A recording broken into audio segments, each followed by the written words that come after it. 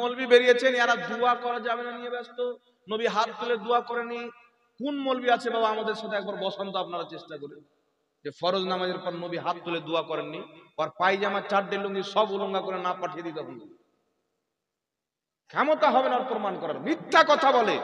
এই জন্য আমি আয়াত পাঠ করেছি, আল্লাহ বলছেন ইয়া আইয়ুহাল্লাযীনা আমানুত্তাকুল্লাহা ওয়া কুনু মা'আস সাদিকিন, হে ঈমানদার আল্লাহকে ভয় করো, সত্যবাদীর সঙ্গী হও। সাহাবায়ে কেরামের জামানা থেকে 5 ওয়াক্তের নামাজের পর দোয়া হয়, আর আজকে গুদুল মুন্সি এসে বলছে দোয়া গুলো নাকি জাহান্নাম। যেই গ্রামে আজকে দোয়া হয় না, এই গ্রামও আজ থেকে 15-20 বছর পূর্বে দোয়া হতো নামাজের পর, হতো কি হতো না? জোরে বলেন। হ্যাঁ হতো। এখন নতুন শরীয়ত আসলো, আগে কি ইসলাম ছিল না? আগেকার যেটা যুগ যুগ থেকে ইসলাম চলে আসছে ওই ইসলামটাই হলো সঠিক, আর যারা নতুন নতুন মাসলা দিয়ে কেটে বের হচ্ছে এরাই হচ্ছে 72 জাহান্নামী ফিল্টার। এদের থেকে ঈমান বাঁচাইতে হবে। মিথ্যার সীমা থাকে একটা। আমরা যখন মানুষকে মাটি দিই, মাটি দেওয়া জানাজা পড়তে যাই, জানাজার নামাজের পরে দোয়া করি। মানুষকে বলে জানাজাই তো একটা দোয়া, তারপরে দোয়া করার কি দরকার? মেয়ের পাগল কোথাকার, যদি দোয়া দুবার করা হয় অসুবিধা আছে? বলেন তো, জানাজার নামাজই তো একটা দোয়া, তাহলে আর দোয়া করার কি দরকার? আমি যদি আমার বাপের জন্য 2-3 বার দোয়া করি, তো তোর বাপের কি হলো? তোমার কেন পেটে মুরগি চেপে যায়? বুঝে, নবী করেনি, সাহাবী করেনি। জানাজার নামাজের পর দোয়া নবী করতে বলেছেন, মিশকাত শরীফের হাদিস, রাসূল পাক বলছেন ইজা সাল্লাইতুম আলাল মাইয়াতি ফাখলিসু লাহু দুআ, তুমি যখন মৃত্যু ব্যক্তির জানাজার নামাজ পড়ে নিবে তার জন্য খালিস দোয়া করবে। সুবহানাল্লাহ বলেন। সুবহানাল্লাহ। সুনানুল কুবরা লিল বাইহাকি জানাজার অধ্যায়ে হাদিস, হযরতে আলী রাদিয়াল্লাহু তাআলা আনহু জানাজার নামাজ পড়তেন, মৃত্যু ব্যক্তির দিকে 2-3 কদম আগে গিয়ে ওই মৃত্যু ব্যক্তির জন্য দোয়া করতেন। সুনানুল কুবরা লিল বাইহাকির মধ্যে ইমাম বাইহাকি জানাজার অধ্যায়ে আরেকটি হাদিস নিয়েছেন, হযরতে আবু হুরায়রা রাদিয়াল্লাহু তাআলা আনহু যখন জানাজার নামাজ পড়তেন, জানাজার নামাজে সালাম ফিরানোর পর মৃত্যু ব্যক্তির জন্য এক্সট্রা দোয়া করতেন। এই জন্য আমরাও এক্সট্রা দোয়া করি, সাহাবার সুন্নাতে আমরা। সুবহানাল্লাহ। কথা বুঝতে পারছেন বাবা? আর এ শুধু বিদআত বিদআত বিদআত, কিছু করবে না, করতেও দিবে না। দাফন করার পর কিছু লোক দেখবেন পালিয়ে যায়। কিছুদিন পূর্বে আপনার দাফন করে পালিয়ে যাচ্ছিল, এখন আবার জানাজার নামাজ পড়ে পালিয়ে যায়। তোর বাপ তুই মাটিতে, আমি গেলাম। এরকম সিস্টেম এসেছে এখন। কিছুদিন পর কি করবে, লাশকে নিয়ে গিয়ে রেখে দিবে আর বলে আপনি জানাজা পড়ুন, আমরা আসি। মানে আস্তে আস্তে সবটা ছেটে বাদ দিচ্ছে, মানুষকে ইহুদি খ্রিস্টান বানাচ্ছে, মুসলমান আর থাকতে দিবে না। কিন্তু বিরাদর ইসলাম শুনেন, জানাজার নামাজ পড়তে গেলেন, জানাজার নামাজের পরে দোয়া করবেন, হাদিস দিয়ে দিলাম। দাফন করার পরে কি পালিয়ে আসাটা সুন্নাত, না ওখানে থেকে দোয়া করা সুন্নাত? আমার নবী কি বলেছেন? আবু দাউদ শরীফের মধ্যে সহিহ হাদিস, নাসিরউদ্দিন আলবানী লা মাযহাবীদের ইমাম হাদিসটিকে সহিহ বলেছে। হাদিসটি কি রাসূল পাক বলছেন, রাসূল পাক সাল্লাল্লাহু আলাইহি সাল্লাম বলছেন যে মৃত্যু ব্যক্তিকে দাফন করার পর ইদা ফারাগা মিন দাফনিল মাইয়াতি ওয়াকাফাত আলাই, মৃত্যু ব্যক্তিকে দাফন করার পর চলে যেও না, একটু দাঁড়াও। ক্বালু ইস্তাগফিরু লি আখিকুম, তোমরা তোমাদের মৃত্যু ভাইয়ের জন্য, আত্মীয় স্বজনের জন্য দোয়া করো। জোরে বলতে হবে সুবহানাল্লাহ। নবী বলছেন দাফন করে চলে যেও না, ওয়াকাফাত আলাইহি, দাঁড়াও, মৃত্যু ব্যক্তির জন্য দোয়া করো। তাহলে যারা পালিয়ে যায় তারা নবীর হাদিস মানলো না, যারা দোয়া করে তারা মানলো? কারা মানলো? জোরে বলেন। যারা দোয়া করে তারা মানলাম। নবী বলেছেন যেখানে সম্মিলিতভাবে মুসলমান দোয়া করবে আল্লাহ তাদের দোয়া কবুল করবে কারেন্টের মতো। নবী নির্ধারিত করেন এখানে পড়বে, এখানে পড়বে, যেখানে মুসলমান জমা হবে সেখানেই পড়বে। নবীর হুকুম আছেন এটা জায়েজ হবে। যদি কোনো কাঠমুন্সি বলে জানাজার পর পড়া যাবে না, জোহর নামাজের পর দোয়া করা সম্মিলিত যাবে না, তাকে আপনি বলবেন নবী বলেছেন যেখানে মুসলমান একত্রিত হয়ে আল্লাহর কাছে দোয়া করবে, সবাই মিলে হাত তুলে, আল্লাহ তাদের দোয়া কবুল করে নিবে। তুমি যদি বলে জানাজার পর চলবে না, হাদিস দেখাও।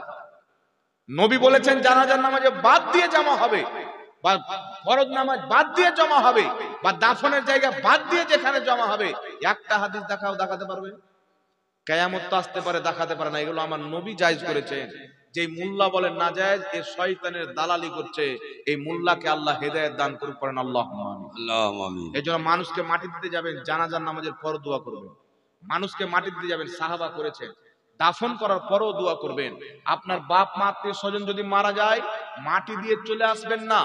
মুসলিম শরীফের মধ্যে হাদিস লিপিবদ্ধ, আল্লাহর নবী সাল্লাল্লাহু আলাইহি ওয়াসাল্লাম বলছেন তোমার আত্মীয় স্বজনকে দাফন করার পর চলে যেও না, অতক্ষণ পর্যন্ত দাঁড়িয়ে থাকো যতক্ষণে একটা উট জবাই করে তার মাংস বিলানো হয়, এতটুকু সময় তোমার বাপের, তোমার মায়ের, তোমার ভাইয়ের কবরের পাশে বসে দাঁড়িয়ে তার জন্য তুমি দোয়া করতেই থাকো। জোরে বলো সুবহানাল্লাহ। সুবহানাল্লাহ। আর এখন মানুষ কি করছে? মাটি দিল, পালিয়ে গেল, মাটি দিল, পালিয়ে গেল। কিছু লোক আবার বলছে মানুষ মরে গেল, মরা গরু কি আর চারা খায়?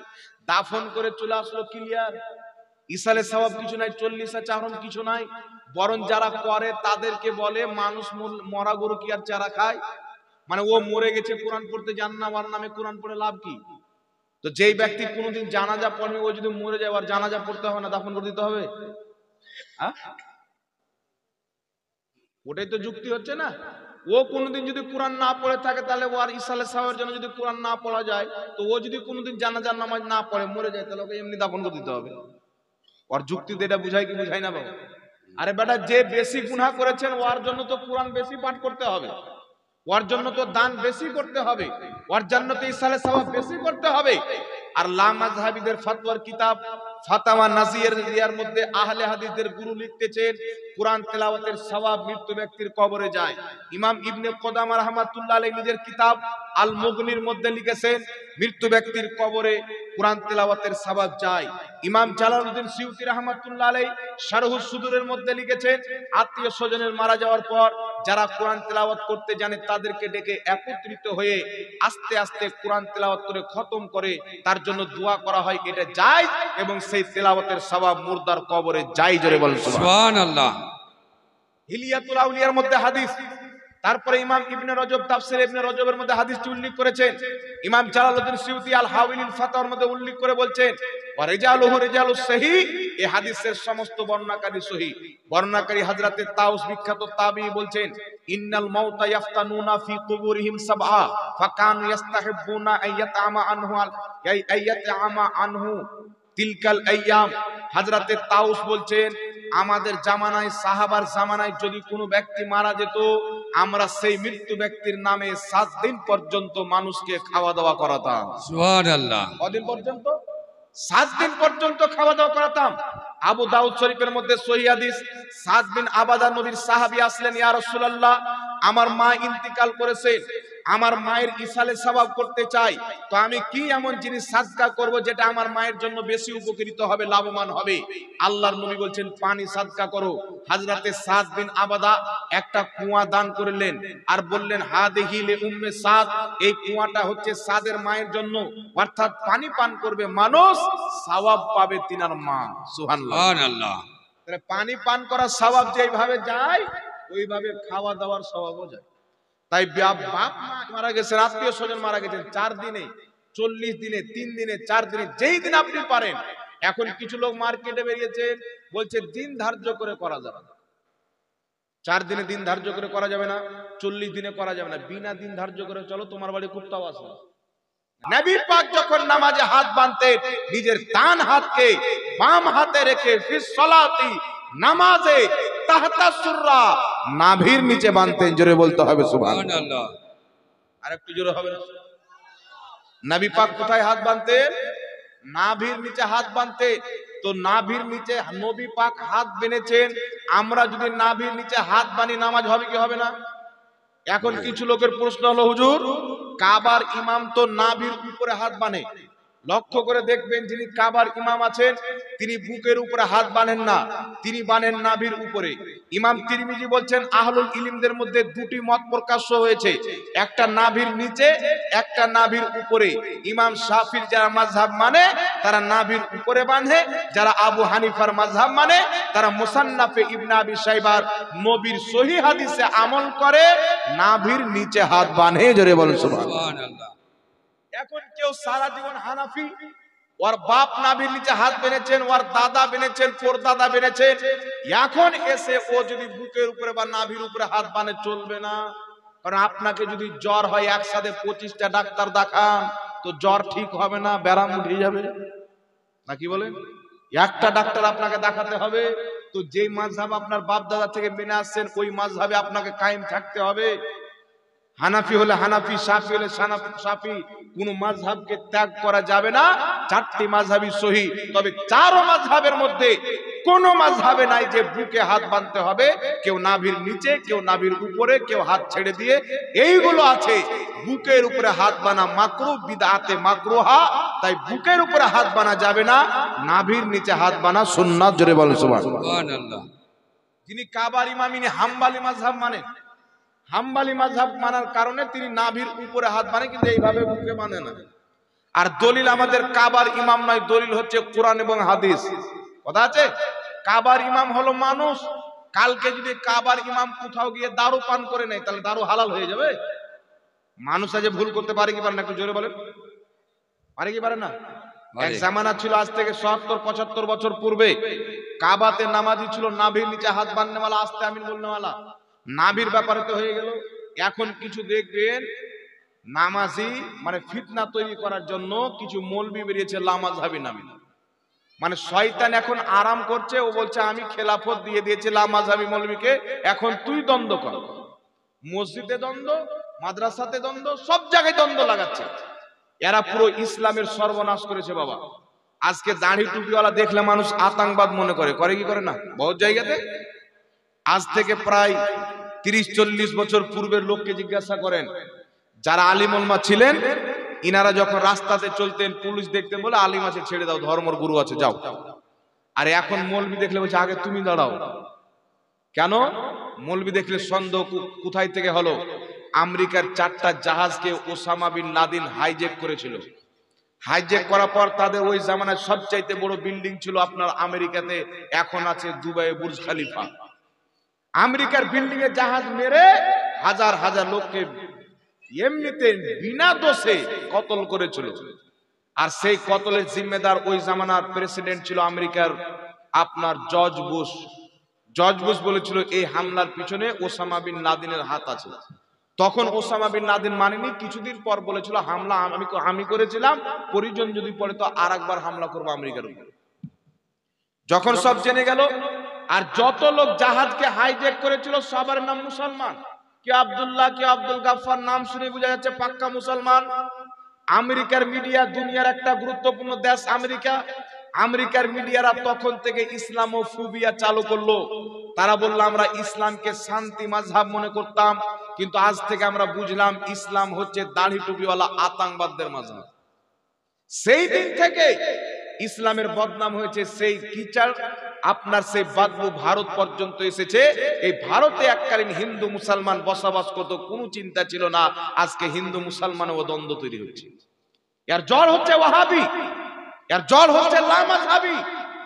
আমার কাছে ভিডিও আছে, বাংলাদেশের যত জঙ্গি ধরা পড়ছে সব লামাযহাবী, দাড়ি টুপিওয়ালা মৌলবী, সব মিথ্যা বলছে না। আমার মোবাইলে ভিডিও আছে, কেউ চাইলে আসেন, আপনাকে আমি দেখিয়ে দেবো। এরা মসজিদে মানুষকে শিখাচ্ছে জোরে আমিন বলতে হবে। একটা কথা মনে রাখবেন, ফরজ মনে করে জোরে আমিন না বললে নামাজ হবে না। এইরকম ধারণা নিয়ে জোরে আমিন বলে মসজিদে ফিতনা সৃষ্টি করে, এইরকম জোরে আমিন বলা শরীয়তে হারাম। কি হারাম? আল ফিতনাতু আশাদ্দু মিনাল কাতাল, ফিতনা হত্যা করার চাইতে মহাপাপ। আস্তে আমিন বলে নামাজ হবে না। মানুষ মনে করছে আস্তে আমিন বলেন, আমিন নাই। আমার নবী আস্তে আমিন বলেছেন, সাহাবা আস্তে আমিন বলেছেন, তাবেঈ আস্তে আমিন বলেছেন। আমি যদি সহিহ হাদিস না দিতে পারি, জুতোর মালা আমার গলাতে হবে। আর কেউ যদি প্রমাণ করে আস্তে আমিন বলার কোনো সহিহ হাদিস নাই, মায়ের দুধ পান করে থাকলে আমার সামনে বসান দেখি। কত বড় বাপের বেটা আছে, বসান। হাকিম আল মুস্তাদরাক আলা সাহিহাইন হাদিসের কিতাব, সেই কিতাবের মধ্যে ইমাম হাকিম রাহমাতুল্লাহ আলাইহি হাদিস উল্লেখ করেছেন। যে হাদিসকে মুসনাদ আহমদের মধ্যে ইমাম আহমদ হাদিসটি উল্লেখ করেছেন। ইমাম হাকিম বলছেন হাযা হাদিসুন সহিহুল ইসনাদ, এই হাদিসের সনদ হচ্ছে সহিহ। মুসনাদ আহমদের হাসিয়াতে লেখা আছে ইসনাদুহু সহিহ, হাদিসের সনদ সহিহ। আলকামা ইবনে ওয়াইল ইবনে হুজুর বলেন কারা আন-নবী সাল্লাল্লাহু আলাইহি ওয়াসাল্লাম গায়রিল মাগদুবি আলাইহিম ওয়ালাদ-দাল্লিন ফাকালা আমিন। হযরতে আলকামা ইবনে ওয়াইল ইবনে হুজুর বলছেন আমার নবী সাল্লাল্লাহু আলাইহি ওয়াসাল্লাম পাঠ করলেন নামাজে গায়রিল মাগদুবি আলাইহিম ওয়ালাদ-দাল্লিন ফাকালা আমিন, তিনি আমিন বললেন। খাফাদা বিহা সাউতাহু, নিজের আওয়াজকে আস্তে রাখলেন, আস্তে আমিন বললেন। জোরে বলেন সুবহানাল্লাহ। তাহাবী শরীফের মধ্যে হাদিস, হযরতে আব্দুল্লাহ ইবনে মাসউদ বলছেন তিনটা জিনিস আস্তে বলতে হয়। রব্বানা লাকাল হামদ আস্তে বলতে হয়, বিসমিল্লাহ আস্তে বলতে হয়, তারপরে আপনার আমিন আস্তে বলতে হয়। অসংখ্য সহিহ হাদিস বিদ্যমান আস্তে আমিন বলাতে। তো আমার নবী আস্তে আমিন বলেছেন। ইমাম হাকিম বলছেন হাদিসটি সহিহ, হাকিম আল মুস্তাদরাকের মধ্যে আমার নবী আস্তে আমিন বলেছেন। মুসনাদ আহমদের হাসিয়াতে লেখা আছে হাদিসটি সহিহ। তাহলে বলেন আমার নবীর নামাজ হয়েছে না হয়নি? জোরে বলেন, আমার নবীর নামাজ হয়েছে না হয়নি? এখন বলবে হুজুর মক্কার ইমাম যে জোরে আমিন বলে, তো জোরে আমিন বলারও হাদিস আছে। মক্কার ইমাম হাম্বালি মাযহাব মানে ইমাম হাম্বাল জোরে আমিন বলার হাদিস থেকে মাসলা দিয়েছেন, ওয়ার মান্নেওয়ালা জোরে আমিন বলে। ইমামে আজম আবু হানিফা নবীর আস্তে আমিন বলার হাদিসকে নিয়েছেন, তো আমরা আস্তে আমিন বলি। এটা তো নবীর হাদিস, ওটা তো নবীর হাদিস। যে হাম্বালি মাযহাব মানবে সে পর মসজিদে গিয়ে জোরে আমিন বলবে, চিখড়ে বলবে। আর যে হানাফি মাযহাব মানে হানাফি মাযহাব নবীর হাদিস দিয়ে দলিল দিয়েছেন, তাদের নামাজ হবে না বলে যদি কেউ জোরে আমিন বলে, এ হচ্ছে শয়তান, একে জুতো মেরে মসজিদ থেকে তাড়াতে হবে। কথা বুঝতে পারছেন বাবা? আমার নবী আস্তে আমিন বলেছেন, নামাজ হয়েছে কি হয়নি একটু জোরে বলেন। এই নবীর নামাজ হয়েছে কি হয়নি? তাহলে নবীর যদি একটাই হাদিস থাকে, আমি মেনে নিলাম একটাই হাদিস যে আমার নবী আস্তে আমিন বলেছেন, ওটাই তো আমাদের জন্য যথেষ্ট, ওটাই তো যথেষ্ট। তো মসজিদে যে কান ধরে আমিন জোরে বলে, আল্লাহ কি শুনতে পায় না? আরে যেই হাদিসে নবী বলেছেন আমিন বলতে হবে, ওই হাদিস দ্বারা প্রমাণিত আস্তে আমিন বলতে হবে। কি করে? নবী পাক বলছেন যখন ইমাম বলবে গায়রুল মাগদুবি আলাইহিম ওয়ালাদ-দাল্লিন, তোমরা বলো আমিন। ওই সময়তে ফেরেশতা আমিন বলে, তোমরাও আমিন বলবে।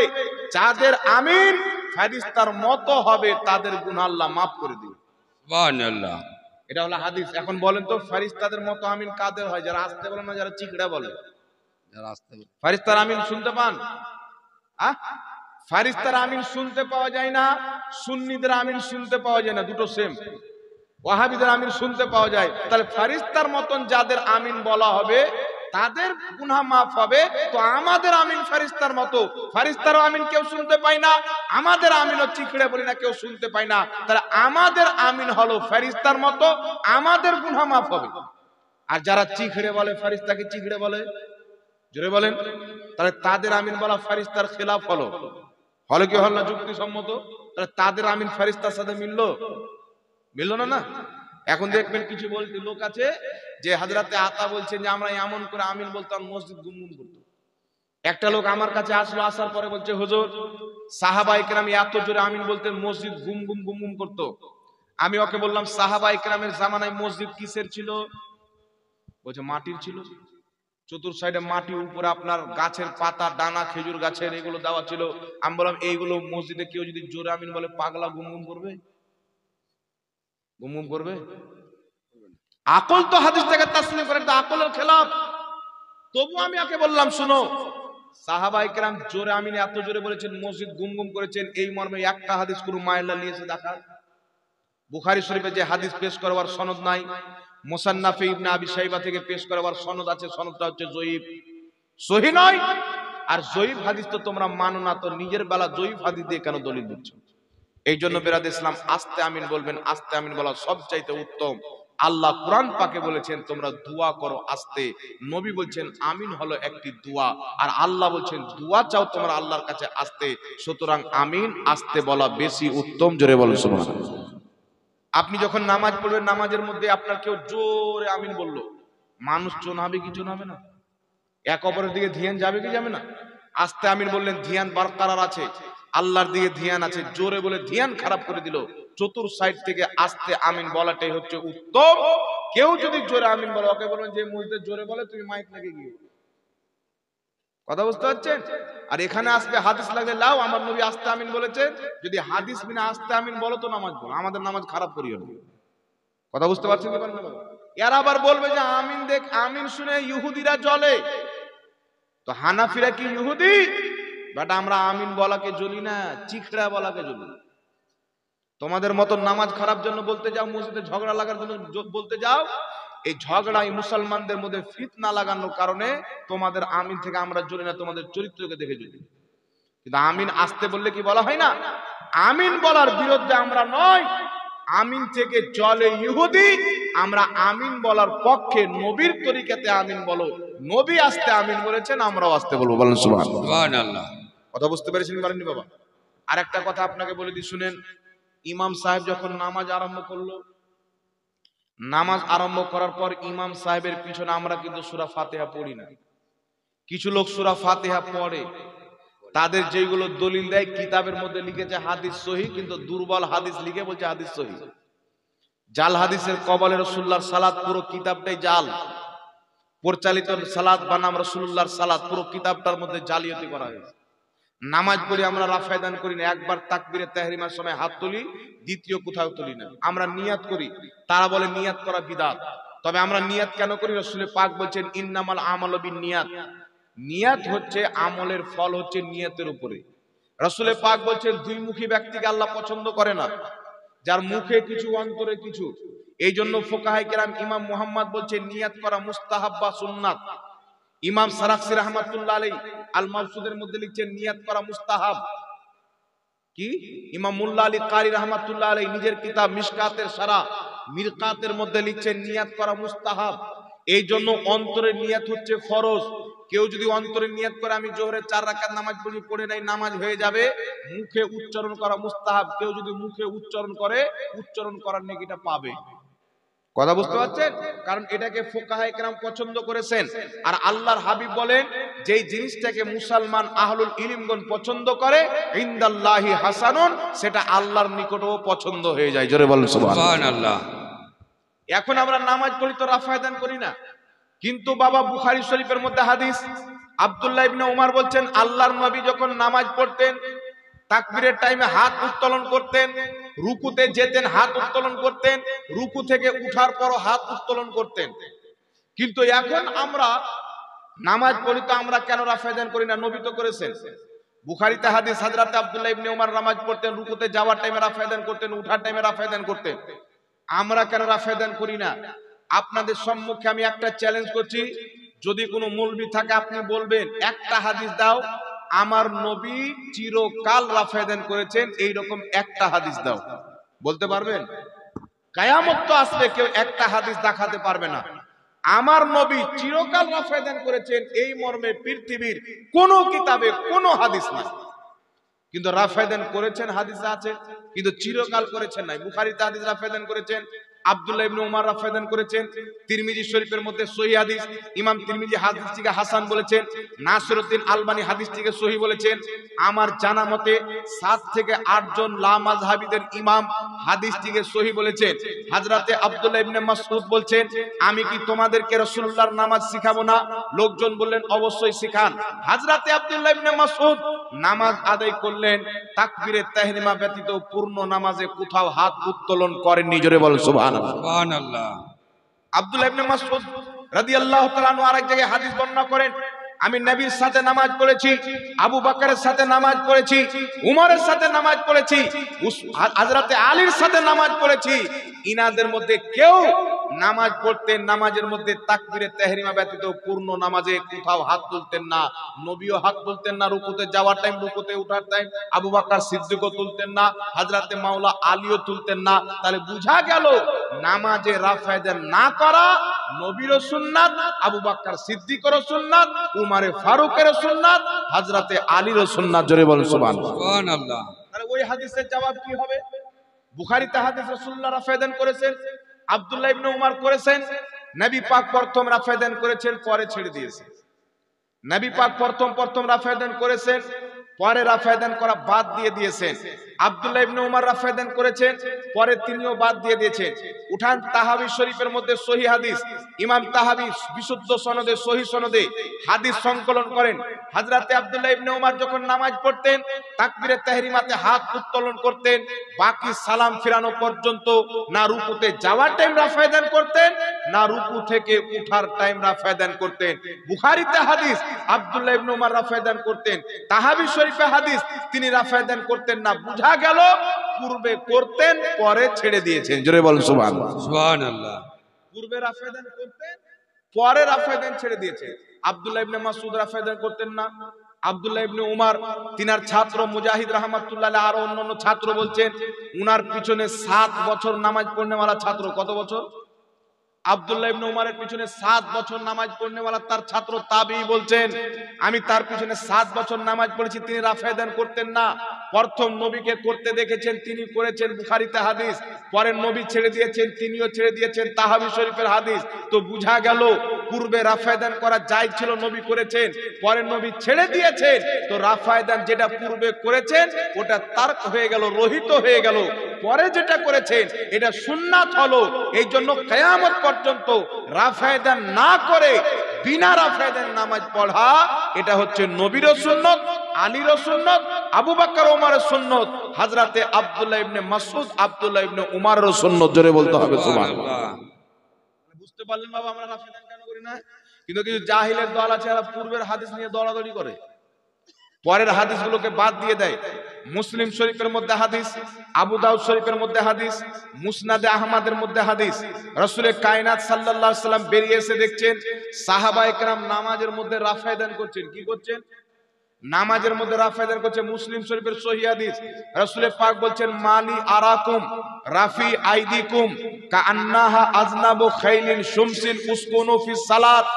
নবী পাক বলছেন তোমরা নামাজে দুষ্টু ঘোড়ার লেজের মতো রাফা দান কেন করো? উসকুনু ফিস সালাত, বিনা রাফা দানে শান্ত সুষ্ঠুভাবে নামাজ পড়ো। এখন এই যে হাদিস আমি পেশ করলাম, এই হাদিসকে তারা বলবে সাহাবায়ে কেরাম সালাম ফিরানোর পর হাত তুললেন, সালাম ফিরানোর টাইমে ওইটার কথা বলা হয়েছে, রাফা দানের কথা বলা হয়নি।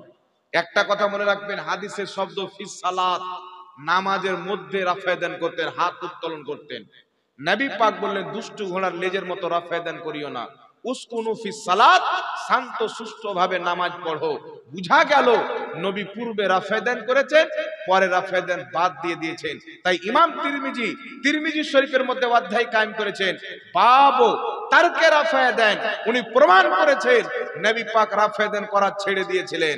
পূর্বের হাদিস হচ্ছে কুরবানির মাংস 3 দিনের বেশি রাখা যাবে না, পরে বলছেন যতদিন পারবে ততদিন রাখো। তো কেউ যদি এখন পূর্বের হাদিসটা নিয়ে এসে বলে 3 দিনের বেশি রাখা যাবে না, চলবে? চলবে? চলবে না। না এখন লা মাযহাবি বলবে ইমাম শাফির মাযহাবে তো রাফা দান আছে, তো তুমি তো শাফিও নয় মালিকিও নয়, তোমার তো রাফা দান চলবে না। তুমি বলছো আমি আহলে হাদিস, নবী রাফা দান করেছেন এই হাদিসকে মানছো, রাফা দান করেনি এই হাদিসকে মানবে। আহলে হাদিস তো হাদিস মানো না, তো একটা হাদিস মানবে একটা বাদ দিবে, এটা তো আহলে হাদিস নয়, এটা তো আহলে খবিস। সব হাদিস মানো। আব্দুল্লাহ ইবনে উমর রাফা দান করেছেন সহিহ হাদিস বুখারীতে, রাফা দান ছেড়ে দিয়েছেন সহিহ হাদিস তাহাবী শরীফে, তো ওটা মানছো, এটা তোমার আব্বা মানবে? আলবানি টেনে খিচড়ে জয়ী প্রমাণ করতে চেয়েছেন, কিন্তু আলবানি জীবনে জয়ী প্রমাণ করতে পারবে না। একটা মনে রাখবেন বাবা, রাফা দান নবী পূর্বে করেছেন, পরে ছেড়ে দিয়েছেন। ইমাম আজম আবু হানিফা রাহমাতুল্লাহ আলাইহি বলছেন আমি আনাস ইবনে মালিককে কুফাতে নামাজরত অবস্থায় দেখেছি। আনাস ইবনে মালিককে নবীর সাহাবী, উনি নামাজ পড়েছেন, ইমামে আজম আবু হানিফা দেখেছেন। আচ্ছা বলেন তো, সাহাবী যদি রাফা দান করে নামাজ পড়তেন, তাহলে আবু হানিফা বলতেন যে বিনা রাফা দানে নামাজ পড়ো? বলতেন? সাহাবীর মশলাটা লাগু করতেন না? জাহির কথা, ইমামে আজম আবু হানিফা দেখেছেন আনাস বিন মালিক নামাজ পড়েছেন, তো নামাজে নাভির নিচে হাত বেঁধেছেন, রাফা দান করেননি, তো ইমামে আজম আবু হানিফা ওটাই ফতোয়া দিয়েছেন। কারণ সাহাবার নামাজ রাসূলের মতো, আর সাহাবার নামাজের মতো তাবির নামাজ, আর ইমামে আজম আবু হানিফা হচ্ছেন তাবেঈ। কথা বুঝতে পারছেন কি পারেন? এই জন্য আমরা রাফা দান করি না। নবী পূর্বে করেছেন, পরে ছেড়ে দিয়েছেন, তো নবী যেটা ছেড়ে দিয়েছেন রাফা দান ছেড়ে দেওয়াটা নবীরই সুন্নাত হলো, এটা বিদআত আর নাজেজ হলো না। কথা বুঝতে পেরেছেন? আরেকটা কথা আপনাকে বলি, ফরজ নামাজের পরে দোয়া। দেখবেন জলঙ্গিতে একটা বিমল দাসের বেটা বেরিয়েছে, আপনাদের দিকে মনে হয় আছে। আপনার গাঁজা টাঞ্জা খেত, কম্পিউটার চালাতো, মেমোরিতে গান টান লোড করে পেট চালাতো। দেখছে ধর্ম ব্যবসা করে ইনকাম খুব হয়, তখন 2-4টা বাংলা কিতাব পড়ে ময়দানে নেমে বক্তা হয়ে গেছেন। এখন 20,000-25,000 টাকা রাত্রি জালসা করে টাকা। এ বলছে আল্লাহর নবী ফরজ নামাজের পরে দোয়া করেছেন, তবে হাত তুলে দোয়া করেননি। আমি প্রমাণ করব হাত তুলে নবী পাক দোয়া করেছেন। যেই ব্যক্তি বলবে নবী হাত তুলে দোয়া করেননি, ও হচ্ছে মিথ্যাবাদী। এখন আপনাকে যুক্তি দিবে পায়খানাতে যাওয়ারও তো দোয়া আছে, তো হাত তুলে দোয়া করেন। নামাজের পরে তো আমরাও দোয়া করি, কিন্তু হাত তুলে দোয়া করা যাবে না। আর তুমি যদি বলো দোয়া তো হাত তুলে করলে কি হলো, তার পায়খানাতে যেতে ওইটাও দোয়া করো। আচ্ছা বলেন তো বাবা, পায়খানা মসজিদ দুটো এক না আলাদা? কথা বলে, একটা ইবাদতের জায়গা, একটা ময়লা পরিষ্কার করার জায়গা। আর ব্রেনে কোন শয়তান বসে কবজা করে আছে, ওই বাথরুমে দিয়ে তুলনা দিচ্ছে মসজিদের দুয়াকে। এর মানে বুঝলেন যে টুপি ছেড়ে কত বড় দাড়িওয়ালা শয়তান বেরিয়েছে। এই জন্য বলি ইসলাম কিতাবুজ জুহাদ আমার জানা মতে 7টি হাদিস রয়েছে। কিতাবুজ জুহাদের মধ্যে হাদিস, লা মাযহাবিদের গুরু তোহফাতুল আহওয়াজের মধ্যে আব্দুর রহমান মুবারকপুরি সহিহ হাদিস নিয়েছেন, আল্লাহর নবী ফরজ নামাজে সালাম ফিরিয়ে মুক্তাদির দিকে চেহারা করে 2 হাত উত্তোলন করে দোয়া করেছেন। জোরে বলতে হবে সুবহানাল্লাহ। তাদের ইমাম আব্দুর রহমান মুবারকপুরি তোহফাতুল আহওয়াজের মধ্যে হাদিস লিখেছেন। আর আব্দুর রহমান মুবারকপুরি বলছেন, এই জন্য অনেক আহলে হাদিস আলিমরাও বলেছেন যে ফরজ নামাজের পরে হাত তুলে দোয়া করা যায়। সুবহানাল্লাহ। সুবহানাল্লাহ। এখন আমরা ফরজ নামাজের পরে হাত তুলে দোয়া করি, তো নবীর সুন্নাত হলো না? নবী যেহেতু দোয়া করেছেন, নবীর সুন্নাত হলো।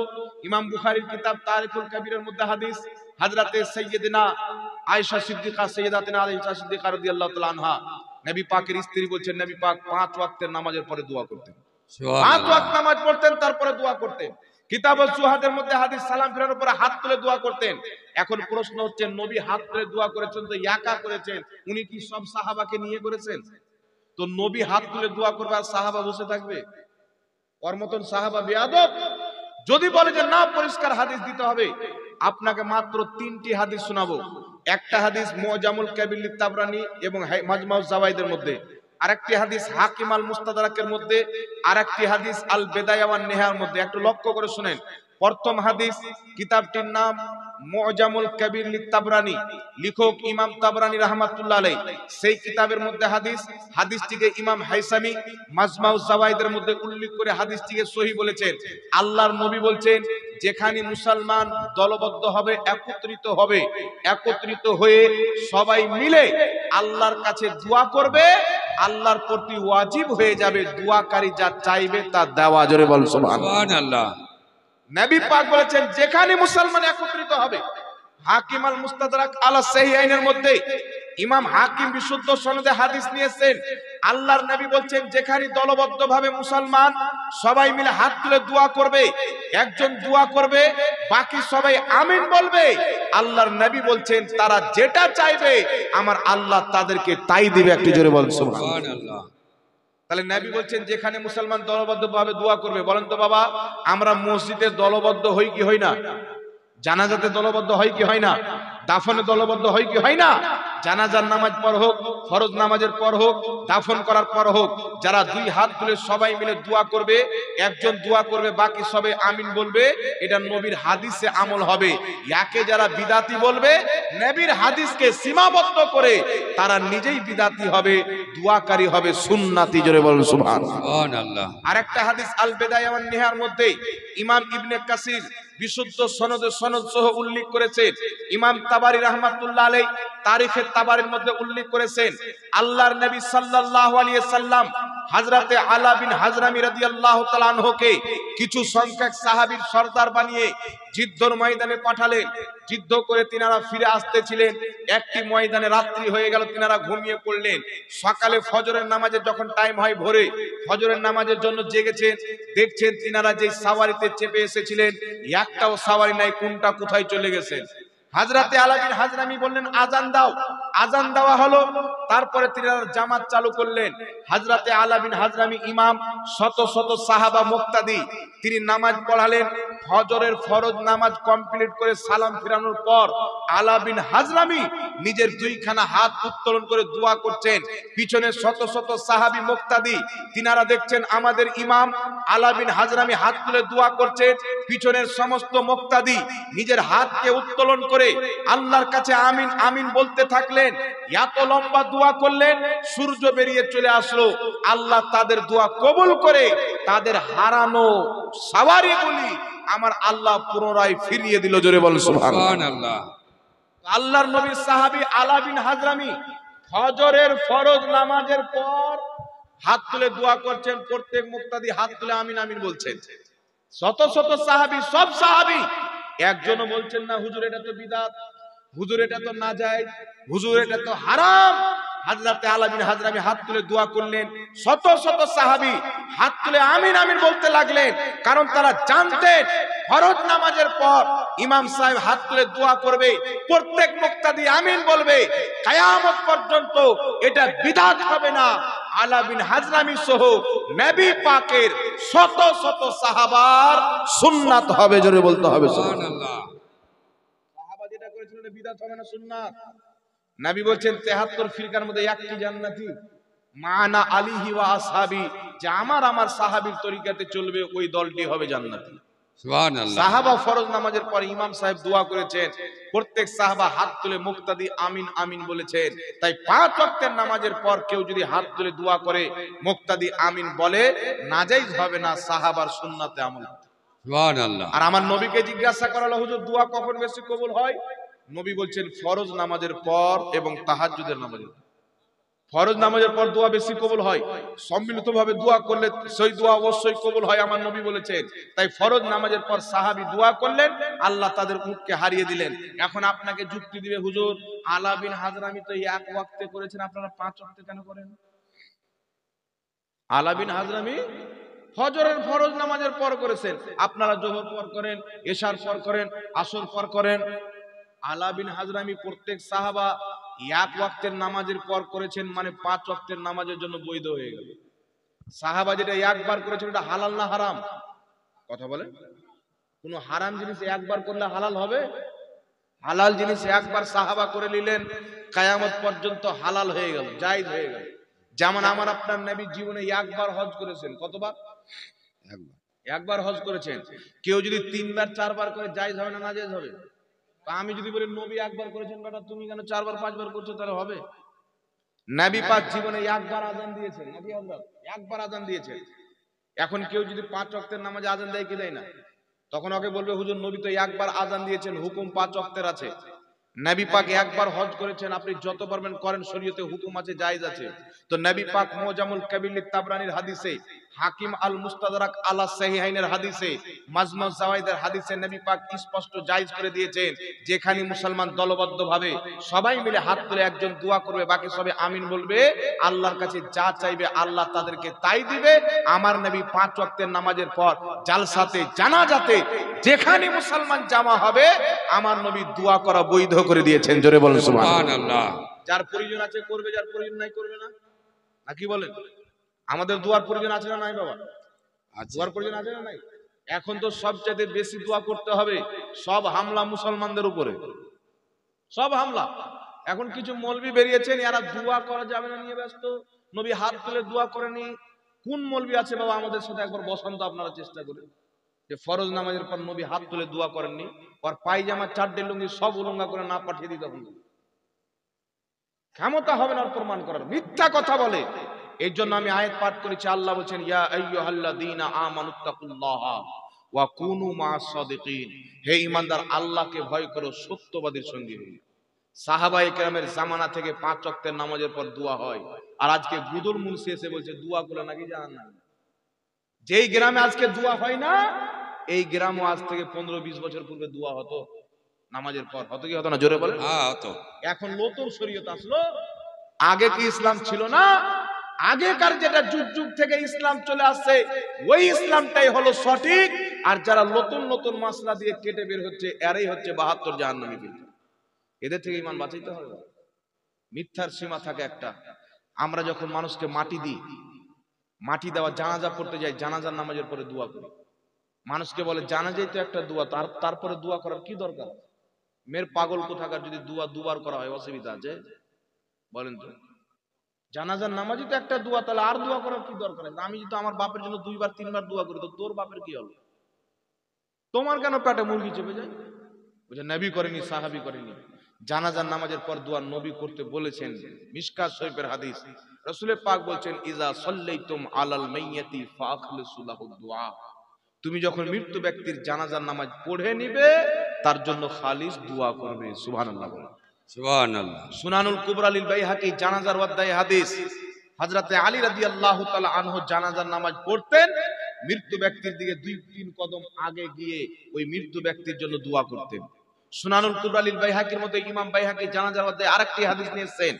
হযরতে আবু হুরায়রা রাদিয়াল্লাহু তাআলা আনহু যখন জানাজার নামাজ পড়তেন, জানাজার নামাজে সালাম ফিরানোর পর মৃত্যু ব্যক্তির জন্য এক্সট্রা দোয়া করতেন। এই জন্য আমরাও এক্সট্রা দোয়া করি সাহাবার সুন্নাতে আমরা। সুবহানাল্লাহ। কথা বুঝতে পারছেন বাবা? আর এ শুধু বিদাত বিদাত বিদাত, কিছু করবে না, করতেও দিবে না। দাফন করার পর কিছু লোক দেখবেন পালিয়ে যায়। কিছুদিন পূর্বে আপনার দাফন করে পালিয়ে যাচ্ছিল, এখন আবার জানাজার নামাজ পড়ে পালিয়ে যায়। তোর বাপ তুই মাটিতে, আমি গেলাম। এরকম সিস্টেম এসছে এখন। কিছুদিন পর কি করবে, লাশকে নিয়ে গিয়ে রেখে দিবে আর বলে তুই জানাজা পড়, আমরা আসি। মানে আস্তে আস্তে সবটা ছেটে বাদ দিচ্ছে, মানুষকে ইহুদি খ্রিস্টান বানাচ্ছে, মুসলমান আর থাকতে দিবে না। কিন্তু বিরাদর ইসলাম শুনেন, জানাজার নামাজ পড়তে গেলেন, জানাজার নামাজের পরে দোয়া করবেন, হাদিস দিয়ে দিলাম। দাফন করার পরে কি পালিয়ে আসাটা সুন্নাত, না ওখানে থেকে দোয়া করা সুন্নাত? আমার নবী কি বলেছেন? আবু দাউদ শরীফের মধ্যে সহিহ হাদিস, নাসিরউদ্দিন আলবানী লা মাযহাবিদের ইমাম হাদিসটিকে সহিহ বলেছে। হাদিসটি কি রাসূল পাক বলছেন, রাসূল পাক সাল্লাল্লাহু আলাইহি সাল্লাম বলছেন যে মৃত্যু ব্যক্তিকে দাফন করার পর ইদা ফারাগা মিন দাফনিল মাইয়াতি ওয়াকাফাত আলাই, মৃত্যু ব্যক্তিকে দাফন করার পর চলে যেও না, একটু দাঁড়াও। ক্বালু ইস্তাগফিরু লি আখিকুম, তোমরা তোমাদের মৃত্যু ভাইয়ের জন্য, আত্মীয় স্বজনের জন্য দোয়া করো। জোরে বলতে হবে সুবহানাল্লাহ। নবী বলছেন দাফন করে চলে যেও না, ওয়াকাফাত আলাইহি, দাঁড়াও, মৃত্যু ব্যক্তির জন্য দোয়া করো। তাহলে যারা পালিয়ে যায় তারা নবীর হাদিস মানলো না, যারা দোয়া করে তারা মানলো? কারা মানলো জোরে বলেন? যারা দোয়া করে তারা মানলাম। নবী বলেছেন যেখানে সম্মিলিতভাবে মুসলমান দোয়া করবে আল্লাহ তাদের দোয়া কবুল করবে কারেন্টের মতো। নবী নির্ধারিত করেন এখানে পড়বে, এখানে পড়বে। যেখানে মুসলমান জমা হবে সেখানেই পড়বে। নবীর হুকুম আছেন এটা জায়েজ হবে। যদি কোনো কাঠমুন্সি বলে জানাজার পর পড়া যাবে না, জোহর নামাজের পর দোয়া করা সম্মিলিত যাবে না, তাকে আপনি বলবেন নবী বলেছেন যেখানে মুসলমান একত্রিত হয়ে আল্লাহর কাছে দোয়া করবে, সবাই মিলে হাত তুলে, আল্লাহ তাদের দোয়া কবুল করে নিবে। তুমি যদি বলে জানাজার পর চলবে না, হাদিস দেখাও। নবী বলেছেন জানাজার নামাজে বাদ দিয়ে জমা হবে, বা ফরজ নামাজ বাদ দিয়ে জমা হবে, বা দাফনের জায়গা বাদ দিয়ে যেখানে জমা হবে। একটা হাদিস দেখাও, দেখাতে পারবে? কিয়ামত তো আসতে পারে, দেখাতে পারে না। এগুলো আমার নবী জায়েজ করেছেন। যে মোল্লা বলেন না জায়েজ, এ শয়তানের দালালি করছে। এই মোল্লাকে আল্লাহ হেদায়েত দান করুক, করেন আল্লাহুম্মা আমিন। আল্লাহুম্মা আমিন। এজন্য মানুষকে মাটি দিতে যাবেন, জানাজার নামাজের পর দোয়া করবেন। মানুষকে মাটি দিতে যাবেন, সাহাবা করেছেন। দাফন করার পরও দোয়া করবেন। আপনার বাপ মা আত্মীয় স্বজন যদি মারা যায়, মাটি দিয়ে চলে আসবেন না। মুসলিম শরীফের মধ্যে হাদিস লিপিবদ্ধ, আল্লাহর নবী সাল্লাল্লাহু আলাইহি ওয়াসাল্লাম বলছেন তোমার আত্মীয় স্বজনকে দাফন করার পর চলে যেও না, অতক্ষণ পর্যন্ত দাঁড়িয়ে থাকো যতক্ষণে একটা উট জবাই করে তার মাংস বিলানো হয়। এতটুকু সময় তোমার বাপের, তোমার মায়ের, তোমার ভাইয়ের কবরের পাশে বসে দাঁড়িয়ে তার জন্য তুমি দোয়া করতেই থাকো। জোরে বলেন সুবহানাল্লাহ। সুবহানাল্লাহ। আর এখন মানুষ কি করছে, মাটি দিল পালিয়ে গেল, মাটি দিল পালিয়ে গেল। কিছু লোক আবার বলছে মানুষ মরে গেল, মরা গরু কি আর চারা খায়? দাফন করে চলে আসলো, ক্লিয়ার, ইসালে সওয়াব কিছু নাই, 40 চারণ কিছু নাই। বরং যারা করে তাদেরকে বলে মানুষ মরা গরু কি আর চারা খায়? মানে ও মরে গেছে, কোরআন পড়তে জান না, ওর নামে কোরআন পড়ে লাভ কি? তো যেই ব্যক্তি কোনোদিন জানাজা পড়ে, ও যদি মরে যায় আর জানাজা পড়তে হবে না, দাফন করে দিতে হবে? ওটাই তো যুক্তি হচ্ছে না। ও কোনোদিন যদি কোরআন না পড়ে থাকে, তাহলে ও আর ইসালে সাহেবের জন্য যদি কোরআন না পড়া যায়, তো ও যদি কোনোদিন জানাজার নামাজ না পড়ে মরে যায়, তাহলে ওকে এমনি দাফন করে দিতে হবে। ওর যুক্তি এটা বুঝায় কি বুঝায় না বাবা? আরে বেটা, যে বেশি গুনাহ করেছেন ওর জন্য তো কোরআন বেশি পাঠ করতে হবে, ওর জন্য তো দান বেশি করতে হবে, ওর জন্য তো ইসালে সওয়াব বেশি করতে হবে। আর লা মাযহাবিদের ফতোয়ার কিতাব ফাতাওয়া নাজিয়ার মধ্যে আহলে হাদিসদের গুরু লিখতেছেন কোরআন তেলাওয়াতের সওয়াব মৃত্যু ব্যক্তির কবরে যায়। ইমাম ইবনে কুদামা রাহমাতুল্লাহ আলাইহি নিজের কিতাব আল মুগনির মধ্যে লিখেছেন মৃত্যু ব্যক্তির কবরে কোরআন তেলাওয়াতের সওয়াব যায়। ইমাম জালালউদ্দিন সিউতি রাহমাতুল্লাহ আলাইহি শারহুস সুদুরের মধ্যে লিখেছেন আত্মীয় স্বজনের মারা যাওয়ার পর যারা কোরআন তেলাওয়াত করতে জানে তাদেরকে ডেকে একত্রিত হয়ে আস্তে আস্তে কোরআন তেলাওয়াত করে খতম করে তার জন্য দোয়া করা হয়, এটা জায়েজ এবং সেই তেলাওয়াতের সওয়াব মুর্দার কবরে যায়। জোরে বলেন সুবহানাল্লাহ। হিলিয়াতুল আউলিয়ার মধ্যে হাদিস। তারপরে ইমাম ইবনে রজব তাফসীর ইবনে রজবের মধ্যে হাদিসটি উল্লেখ করেছেন। ইমাম জালালউদ্দিন সিউতি আল হাওয়াইলিল ফাতাওয়ার মধ্যে উল্লেখ করে বলছেন রিজালুহু রিজালুস সহি, এই হাদিসের সমস্ত বর্ণনাকারী সহি। বর্ণনাকারী হযরতে তাউস বিখ্যাত তাবী বলছেন, ইন্নাল মাউতা ইয়াফতানুনা ফি কুবুরিহিম সাবআ ফাকানু ইস্তাহিব্বুনা আইয়াতআমা আনহু তিলকাল আইয়াম। হযরতে তাউস বলছেন, আমাদের জামানায়, সাহাবার জামানায় যদি কোনো ব্যক্তি মারা যেত, আমরা সেই মৃত্যু ব্যক্তির নামে 7 দিন পর্যন্ত মানুষকে খাওয়া দাওয়া করাতাম। সুবহানাল্লাহ। কদিন পর্যন্ত? 7 দিন পর্যন্ত খাওয়া দাওয়া করাতাম। আবু দাউদ শরীফের মধ্যে সহিহ হাদিস, সাদ বিন আবাদা নবীর সাহাবী আসলেন, ইয়া রাসূলুল্লাহ, আমার মা ইন্তিকাল করেছে, আমার মায়ের ইসালে সওয়াব করতে চাই, তো আমি কি এমন জিনিস সাদকা করব যেটা আমার মায়ের জন্য বেশি উপকৃত হবে, লাভবান হবে? আল্লাহর নবী বলছেন, পানি সাদকা করো। হযরতে সাদ বিন আবাদা একটা কুয়া দান করলেন আর বললেন, হাদিহি লি উম্মে সাদ, এই কুয়াটা হচ্ছে সাদের মায়ের জন্য, অর্থাৎ পানি পান করবে মানুষ, সওয়াব পাবে তিনার মা। সুবহানাল্লাহ। সুবহানাল্লাহ। তাহলে পানি পান করার সওয়াব যেইভাবে যায়, ওইভাবে খাওয়া দাওয়ার সওয়াবও যায়। তাই বাপ মা মারা গেছে, আত্মীয় স্বজন মারা গেছেন, 4 দিনে, 40 দিনে, 3 দিনে, 4 দিনে, যেই দিন আপনি পারেন। এখন কিছু লোক মার্কেটে বেরিয়েছে, বলছে দিন ধার্য করে করা যাবে না, 4 দিনে দিন ধার্য করে করা যাবে না, 40 দিনে করা যাবে না, বিনা দিন ধার্য করে চলো, তোমার বাড়ি কুত্তাও আসবে নাকি, বলেন বাবা? একটা ডেট করবেন, মানুষকে বলবেন, তেমনি তো আসবে। আর আপনি হাড়ি চাপিয়ে বসে আছেন, কাউকে বলেননি, ডেটই বলেননি, কাউকে দাওয়াতে দিন, আসবে? আসবে। তবে কাঠ ছাপিয়ে যেমন বিয়ের দাওয়াত দেয়, এইরকম দাওয়াত দেওয়া যাবে না। এমনি বলে দিলেন, আমার বাড়িতে ইসালের সওয়াব আছে, আপনারা আসবেন, বাস। কাঠ ছাপিয়ে বাড়িতে বলে কাপড় চুপড় নিয়ে এসে দিবে, এগুলো জায়েজ নাই। 40 চাহরমে কাপড় নিয়ে এসে দিচ্ছে, কাঠ ছাপিয়ে দাওয়াত দিচ্ছে, এইভাবে দাওয়াত দেওয়া, কাপড় চুপড় লাওয়া বা কাপড় দেওয়া, এটা জায়েজ নাই। এটা হচ্ছে খুশিতে, আর ইসালে সওয়াব এটা খুশির খাবার নয়, এটা ইসালে সওয়াবের খাবার। কথা বুঝতে পারছেন? এই জন্য কাপড় নিয়ে এসে দিচ্ছে, চাপড় নিয়ে দিচ্ছে, এইগুলো লাওয়া দাওয়া করা যাবে, এইগুলো জায়েজ নাই, এইগুলো থেকে বাঁচবেন। 4 দিনে করেন, 40 দিনে করেন। যদি কোনো ব্যক্তি বলে, হুজুর ডেট ফিক্স করে দিলেন তাই নাজায়েজ হয়ে যাবে, তাহলে ওই মৌলবীকে বলবেন যে তোমার বাপ মায়ের বিয়েটা ডেট ফিক্স করে হয়েছিল কি হয়নি, বলতে পারবেন? যদি সে বলে যে আমার বাবা মায়ের বিয়েটা ডেট ফিক্স করে হয়েছিল না, আমার বাপ মা তো পালিয়ে বিয়ে করেছে, ওকে বলেন পালিয়ে বিয়ে করলে তো ডেট লাগবে। তোমার আব্বা বলেছে তোমার মাকে ফুলটুসি 2টার সময় ইটাহার বাস স্ট্যান্ড আসিস, ডেট লাগবে কি লাগবে না? আর পালালে তো একটা ডেট লাগবে, হ্যাঁ? বিনা ডেটে হয়? তাহলে মৌলবি যদি করে ডেট করে করলেন তো হারাম হয়ে গেল, তো তোমার বাপ মায়ের বিয়েটা যে হারাম, তাহলে মৌলবিটা কি হবে? তো হারাম জাদা মৌলবি এগুলো ফতোয়া দেয়, হালাল জাদা মৌলবি দেয় না। বুঝতে পেরেছেন? আল্লাহ হেদায়েত দান করুক, সকল পড়ুন আল্লাহুম্মা আমিন। একজন মৌলবি আমাকে বলছে, মৃত্যু ব্যক্তি কোরআন তেলাওয়াত করে কোনো লাভ নাই। আমি ওকে রেফারেন্স দিয়ে দিলাম, এগুলো মাজমাজ জাওয়াইদের মধ্যে হাদিস করলাম, সাহাবায়ে কেরাম পর্যন্ত তাদের আকীদা ছিল যে মৃত্যু ব্যক্তির কবরের পাশে বা তার জন্য কোরআন তেলাওয়াত করলে মৃত্যু ব্যক্তি লাভবান হয়। তখন কি করলো যে, হুজুর তাহলে দলিল আছে তো ঠিক আছে, তো আমার বাপ মারা গেছে, আমি পড়বো, ভাড়া করে লোক নিয়ে এসে লাভ কি? অমুক হুজুরকে নিয়ে এসো, অমুক গ্রামের লোককে নিয়ে এসো, ভাড়া করে লোক নিয়ে এসে লাভ কি? আমি ওকে বললাম, আচ্ছা বলো তো, তোমার মসজিদে যেটা ইমাম আছে, ওটা কি তোমার জন্ম দেওয়া বেটা আছে না ভাড়া করা ইমাম আছে? বলছে ইমাম সাহেবকে আমরা 12,000 টাকা বেতন দিই। 12,000 ভাড়া করেছো? মাদ্রাসার শিক্ষক গুলো কি করছো? ওগুলো ভাড়া করা। তো মাদ্রাসায় কোরআন পড়াচ্ছ, ভাড়া করা ইমাম শিক্ষক নিয়েছে, হাদিস পড়াচ্ছ, তোমার মসজিদের ইমাম ভাড়া করা, তোমার বাপ মায়ের জানাজা পড়াচ্ছে ভাড়া করা ইমাম সাহেব, বিয়েটা পড়াচ্ছে ভাড়া করা ইমাম সাহেব, তো ভাড়া করলে নাজেজ হয়ে যেত, সবই তো নাজেজ হয়ে যাবে, তুমিও নাজেজ হয়ে যাবে নাকি বলেন? এই মৌলবীদের আকল কম, বিদ্যা কম, অল্প বিদ্যা ভয়ঙ্করী। কোন মুসলমান এক অপরের ভাড়া করা হয় না, এক অপরের উপকার করা বলে। কি করা বলে?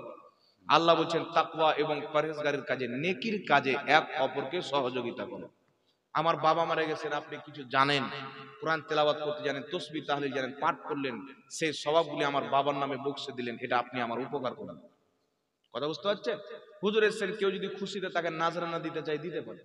মৌলবি বলছেন, একটা মৌলবি আছে আমার ব্যাপারে বলছে, বর্ধমানের পোল্ট্রি মুরগি, যে ঝাড়খণ্ডের জাহাঙ্গীর যেটা লুঙ্গি পড়ে আছে ওটা মাজারের টাকার, যেটা পায়জামা পড়ে আছে ওটা জিয়ারত করা টাকার, মাজারের টাকার পড়ে আছে। আচ্ছা বলেন তো বাবা, ওই মৌলবি যে স্টেজে এগুলো বলছে, ওই স্টেজে ফ্রিতে এসে না 20,000 টাকা নিয়ে এসছে? হ্যাঁ, যে মৌলবি স্টেজে বক্তব্য দিচ্ছে ও বিনা টাকাতে এসছে না টাকা নিয়ে এসছে? টাকা নিয়ে আসেনি তো। ও হারামখোর যে লুঙ্গি পড়ে, ও তো 10-এর টাকাতেই পড়ে না? ওর বাপ ওকে মানুষ করেছে কি নিয়ে জানেন? ওর বাবা মানুষ করেছে, ওই ফেতরার টাকা খেয়ে ওকে মানুষ করেছে। ও বলছে